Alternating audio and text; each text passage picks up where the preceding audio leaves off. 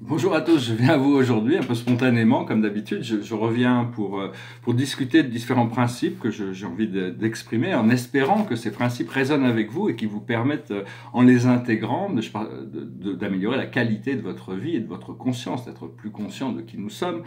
Euh, et donc c'est un procédé, hein. De toute manière, la vie est un procédé. Il ne faut jamais s'attacher aux choses parce que de toute manière, elles vont changer.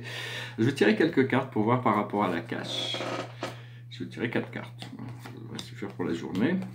Alors, la plus haute sagesse pour nous aujourd'hui, c'est l'Égypte. Cette connaissance de l'Égypte, ces pouvoirs magiques, ce parcours initiatique, hein, c'est un parcours initiatique. L'Égypte, ils étaient déjà bien conscients de la réalité éternelle de l'âme. Et pour ça, bon, il y a deux grands livres qui nous enseignent cette initiation à cette connaissance. C'est les deux livres qu'on trouve sur Internet, en français aussi, sur YouTube, en livre audio gratuit. C'est le Kybalion et les tablettes émeraudes de Thoth l'Atlantéen. Donc voilà, c'est des choses, il faut essayer. C'est des connaissances, hein, mais il y a toutes sortes de mémoires qui se réveillent. Je suis content de voir que l'Égypte se rouvre au tourisme. Hein, c'est comme s'il y avait un peu un renouveau. Ce que l'on doit comprendre, c'est le guérisseur, la guérisseuse. C'est-à-dire, on est là pour se guérir soi-même, pour guérir la planète, pour créer la completion. À chaque fois que l'on pense, on imagine un monde meilleur. On participe à la création de ce monde meilleur. La création suit l'imagination. Il faut d'abord l'imaginer pour que on l'imagine. Il y a une action et une réaction, et c'est dans ce moment que tout est créé, et tout est changé, tout est transformé. Ce que l'on doit faire, c'est l'Asie. C'est le pouvoir du Bouddha, c'est la sérénité, la lucidité ici, c'est d'arriver à revenir à cet état de pure conscience.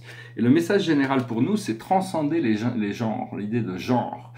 Tous les genres ont été créés pour l'évolution, l'idée du genre. Bon, ici on connaît il paraît que dans la galaxie du triangle, les choses sont très très différentes. Il y a des êtres avec 3 têtes, enfin bon, toutes sortes de choses.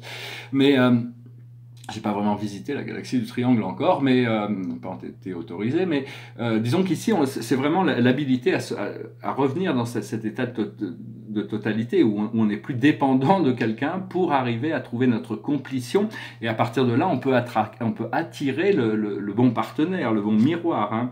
Et à partir de là, bon, il y a ce qui viendra après ça, c'est biblique, c'est-à-dire notre relation à l'histoire, notre relation à Dieu, le sens des choses, les révélations. On se prépare, on est là en mission. Et donc je voulais parler, adresser brièvement. D'abord, le tableau derrière moi, c'est un tableau, je crois, de 2008 ou 2007. Des fois, je m'excuse pour les dates, je ne suis pas toujours très très fort, il faut même que je les note, parce que sinon j'oublie. Alors ça, c'est un des premiers tableaux de ma nouvelle période métacosmique. J'ai eu une période métacosmique en 92, 93, avec des grands tableaux cosmiques. Et puis en 2008, 2007, 2008, 2009, j'ai eu une nouvelle période métacosmique. Ici, ça s'appelle Visiteurs, c'est des visiteurs qui viennent de Sirius, a priori. Je ne sais pas pourquoi Sirius, mais bon, j'ai toujours pensé ça comme ça. Alors ici, on a certaines planètes, hein. Le Soleil a un petit peu un côté Maya, hein, un côté du Yin et Yang avec le Maya, Mercure, Vénus, la Terre, Mars, Pax ou Maldek, ici il y a une croix parce qu'elle a été détruite, mais elle va être recomposée.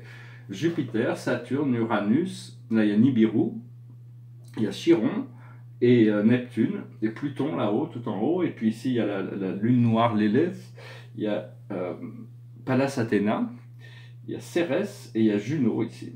Donc c'est un tableau il y a pas mal d'interactions dynamiques, hein. C'est surtout un tableau, bon, après on peut comprendre les symboles, mais après il y a toute une impression au-delà du rationnel, d'un niveau intuitif. Les choses se comprennent de manière intuitivement. Alors, je voulais aussi adresser, c'est l'idée de prendre responsabilité de sa vie pour se savoir le créateur de notre vie. Mais je sais que il y a beaucoup de choses, la plupart des choses sont conditionnées par notre ego. On a un ego et notre âme de l'autre côté, c'est les deux forces d'opposition. Et donc, je sais que dans ma vie, beaucoup de choses, c'est Dieu qui est responsable de beaucoup de choses dans ma vie. Mais mes guides aussi sont responsables de beaucoup de choses dans ma vie, et ma famille d'âme. Donc, au plus on arrive à lâcher prise, au plus on devient... parce que quand à la fin du temps, c'est pas que le temps s'arrête, c'est que la conscience s'élève et le temps devient collectif, les manifestations deviennent spontanées. Parce que je continue à évoluer dans ma conscience et dans mon procédé spirituel, mais des fois sur Terre, j'ai l'impression que bon, je me suis programmé tellement de choses et je suis tellement en retard par rapport à ces choses, peut-être que je réévalue un petit peu mes projets. Je ne sais pas encore ce que je vais faire du reste de mon temps ici, parce que là, je tourne un petit peu en rond. Enfin, je continue à communiquer, je continue à créer, mais je me plains pas non plus. Hein. J'habite dans un bel appartement, un beau quartier, j'ai une belle voiture, mais j'ai pas le... Enfin, je ne veux pas avoir l'air de me plaindre, parce que bon, c'est pas vraiment le cas. Donc, ce que je voulais dire, c'est que on a des fois, par rapport au monde terrestre, c'est un petit peu comme si on avait une carte et qu'on devait traverser un désert. Mais c'est fait exprès, hein, c'est fait exprès. Quand on arrive à l'oasis qui était marqué sur la carte, il y a un panneau qui dit mirage, c'est tout, c'est un mirage, donc on continue à la prochaine, et puis là, éventuellement, on voit dernier mirage avant la vraie oasis. Donc bon, on peut se réjouir un petit peu, c'est un petit peu ce qui se... Et donc je voudrais remercier par avance Dieu, mes guides, ma famille d'âme, et puis tous ceux qui vont m'aider à réaliser ce projet. J'ai un grand projet, ma présence je suis me dit que ça se rapproche, c'est un projet sur l'art, la culture, l'éducation et la technologie. Donc bon, on verra bien comment ces choses... Dans l'attente, je vais reprendre mon livre pour l'affiner, pour qu'il soit vraiment bien. J'ai envie de passer à d'autres sortes d'écriture, donc je voudrais finir ça. Et je voulais parler aussi un petit peu des maladies. Bon, les maladies, on est un petit peu dans un système où le ministère de la Santé, c'est plutôt le ministère de la maladie. C'est un peu comme dans George Orwell.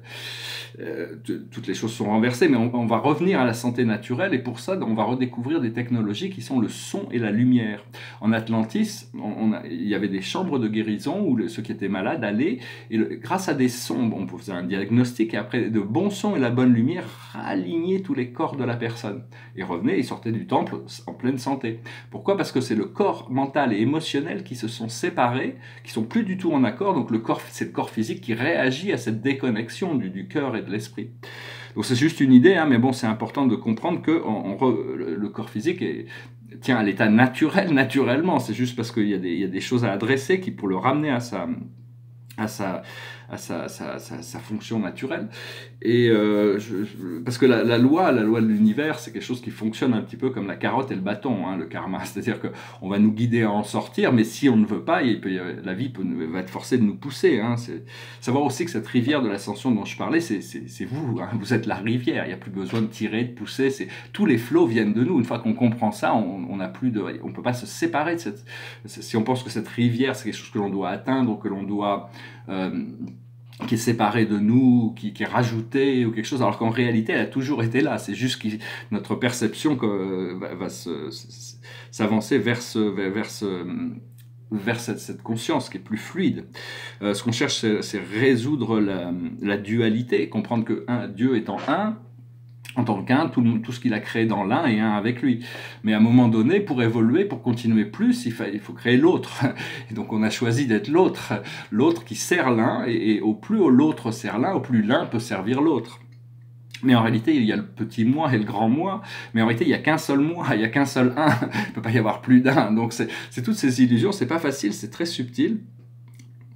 Je vais parler de l'amour conditionnel et de l'amour inconditionnel aussi, c'est-à-dire que tout l'amour conditionnel peut nous apporter des souffrances, alors que l'amour inconditionnel est complètement, une fois qu'on l'a découvert, on arrive on ne peut plus rien ni personne à l'extérieur de nous peut nous enlever cette connaissance, cette connexion.